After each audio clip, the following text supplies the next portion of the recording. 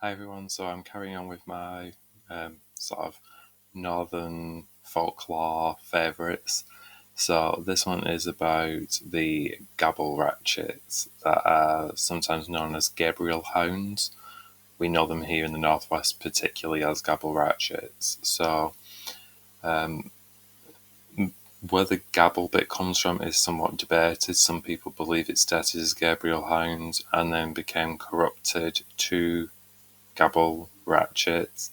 I imagine that it probably says is Gabble and we just haven't sort of got the history behind that yet.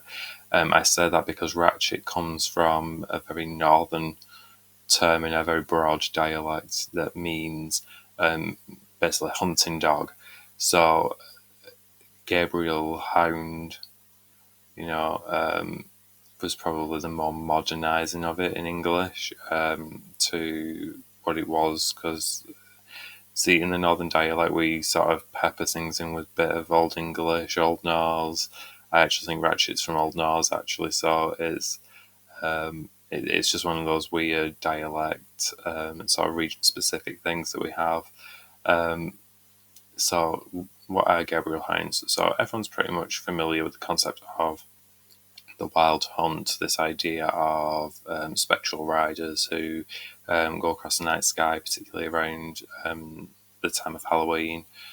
Some say every night, going around rounding up lost souls and taking them to the underworld, the afterlife, whatever that may be, depending on the version of the story. And here we have the Gabble Ratchets, the sort of white spirit dogs, sometimes said to be red-eared, that go and they run ahead of the hunt. So Ratchet, a hunting dog, it makes sense they would be there. One thing that I really like about this is, although they round up the spirits of the dead, the Gabble Ratchets themselves can cause death. If you get caught 3 times in their gaze, it's said that you die.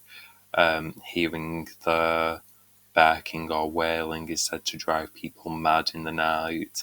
And particularly around Halloween, there's a tradition here of looking at the rooftops of houses because it's said that because Halloween starts officially at sunset till sunset the next day, and it's said during that period the the Gabble Ratchets will hover over the houses of people who won't see another Halloween, so who are destined to die within the next 12 months.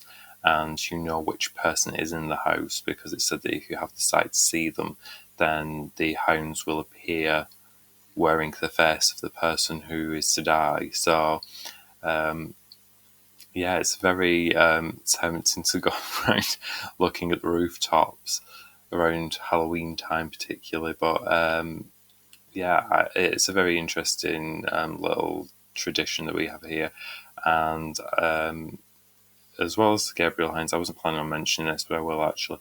There's a lot of black dog stories in Britain, and we have the Skriker. Skriker means crier. So if you've ever, if you're not familiar with the northern dialects, but if you've ever lived in the north or visited it for any extended period of time, then you'll know that we use, particularly we talk quite broad, like I do, and that's why probably I stretch out these videos so much trying to think of what I'm saying because I don't want to sort of slip too much into the regional dialects that nobody can understand a word I'm saying. um, and we will often use if somebody's like if we're saying somebody's crying, we might say they're skriking. It comes from that. That's also an old Norse hangover. But the Skriker are the criers, and these are the black dogs that run on moors and deserted places. So the other spirit dogs, black dog stories are, as I say, more popular than the white spirit dog stories, but they are out there. So my question is, what is your spirit dogs and the relevant stories to where you are? Or if it isn't a dog, then what is it and what is the story? The white ones tend to be more about death. Black dogs sometimes about death, sometimes they're more just omens of misfortune. Um, so I think that's why the Skriker is sort of aptly named. I think it is meant to be from the barking and the baying sort of sound, but there is sort of a subtle poetry to the fact that they're called the Criers as well. So yeah, I'd like to know what is your regional's spirit animals, spirit beings that represent death or misfortune. Do you have black dogs? Do you have white dogs? Do you have a wild hunt story? What is it? Let me know. Drop it in the comments. If you make a video response, drop the link in the comments. I really want to try and not just pour out folklore bits myself, but also encourage sharing folklore with other people because I really like learning that type of stuff about other areas.